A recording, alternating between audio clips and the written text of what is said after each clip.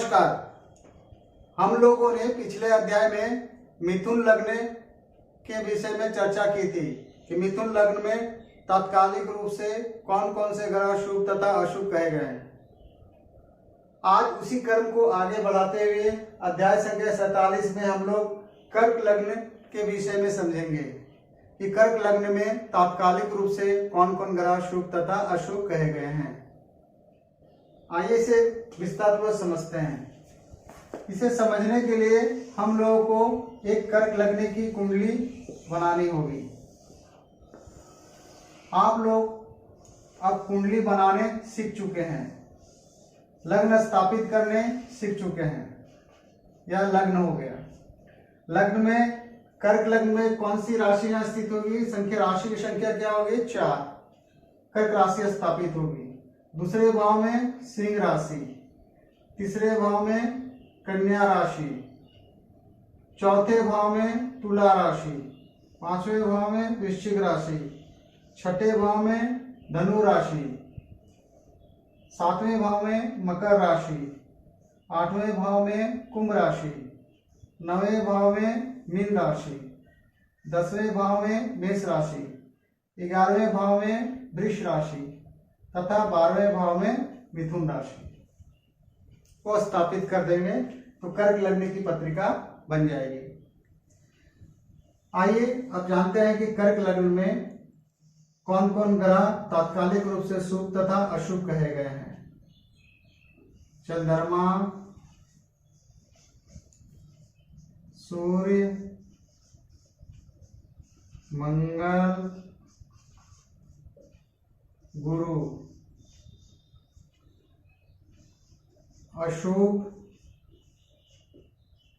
बुध, शुक्र, शनि।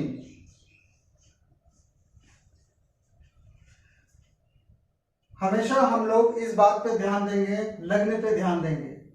हम लोग अभी चर्चा कर रहे हैं कर्क लग्न पे, तो कर्क लग्न पे चंद्रमा, सूर्य, मंगल तथा गुरु शुभ परिणाम देंगे तथा बुध, शुक्र और शनि अशुभ परिणाम देंगे। किस पर? कर्क लग्न पे।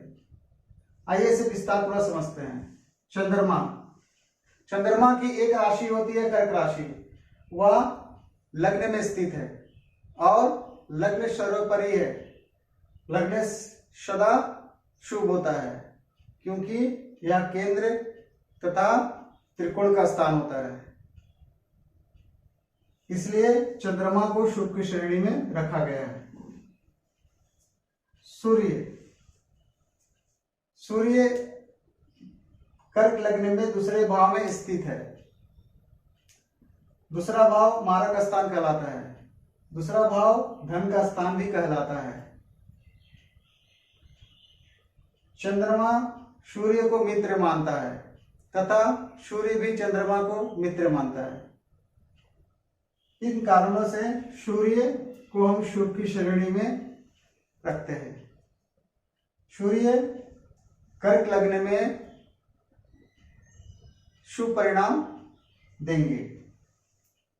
मंगल, मंगल की 2 राशि होती है, मेष राशि तथा वृश्चिक राशि। कर्क लग्न में मंगल की मेष राशि केंद्र में स्थित है तथा दूसरी राशि त्रिकोण में स्थित है।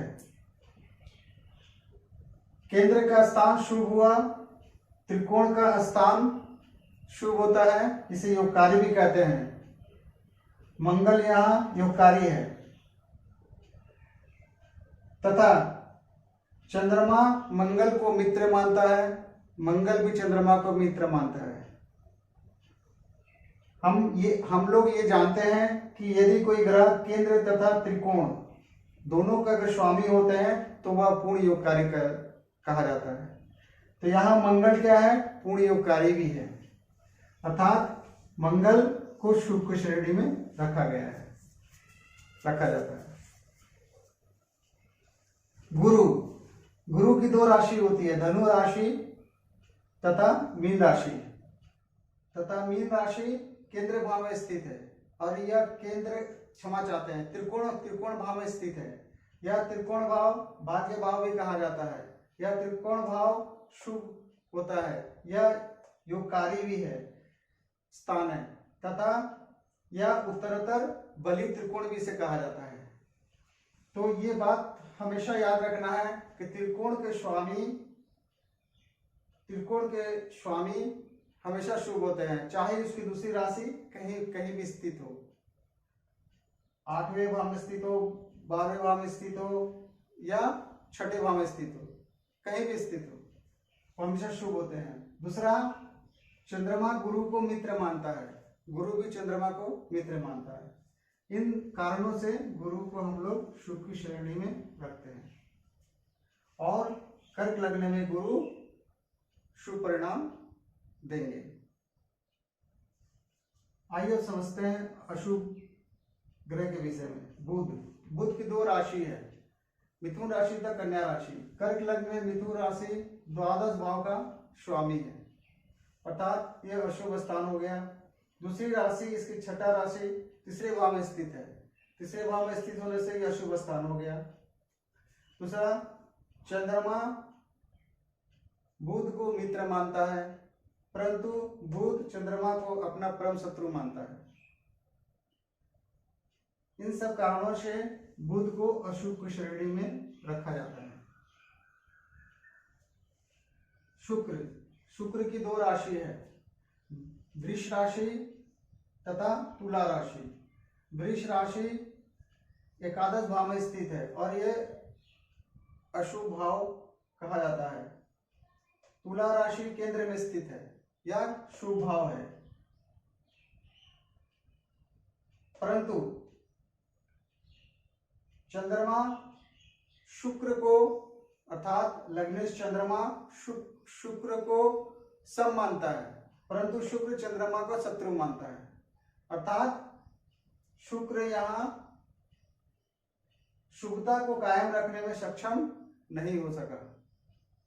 केंद्र के स्वामी सदैव शुभता को कायम रखने में सक्षम नहीं होते, ये हम आगे पहले जान चुके हैं ये सारे सूत्र।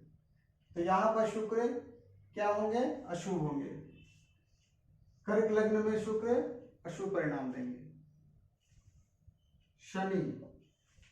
शनि की 2 राशि होती है, मकर राशि और कुंभ राशि। मकर राशि केंद्र में स्थित है 7वें भाव में, तथा कुंभ राशि 8वें भाव में स्थित है।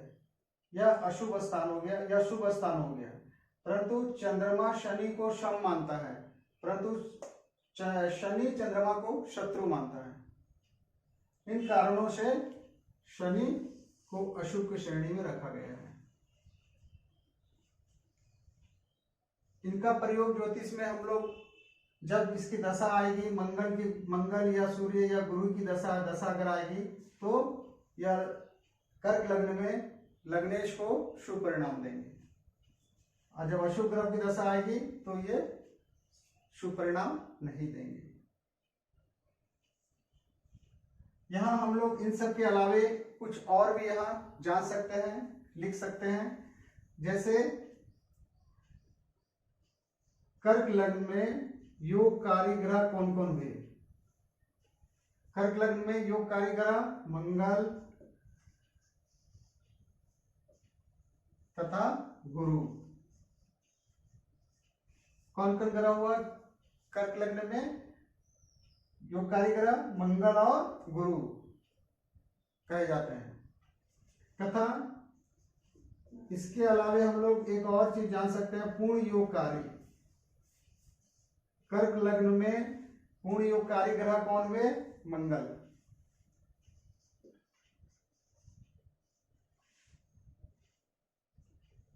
उम्मीद करता हूं कि आप लोगों को यह समझ में आ रहा होगा। आज बस इतना ही रखते हैं। आशा करता हूं कि आप लोगों को यह छोटा सा ज्योतिष का ज्ञान पसंद आया होगा। यदि पसंद आया हो तो कृपया चैनल को लाइक, सब्सक्राइब, शेयर, कमेंट तथा बेल आइकन को जरूर प्रेस करें। इस वीडियो को अंत तक देखने के लिए आप सभी का बहुत बहुत धन्यवाद। नमस्कार।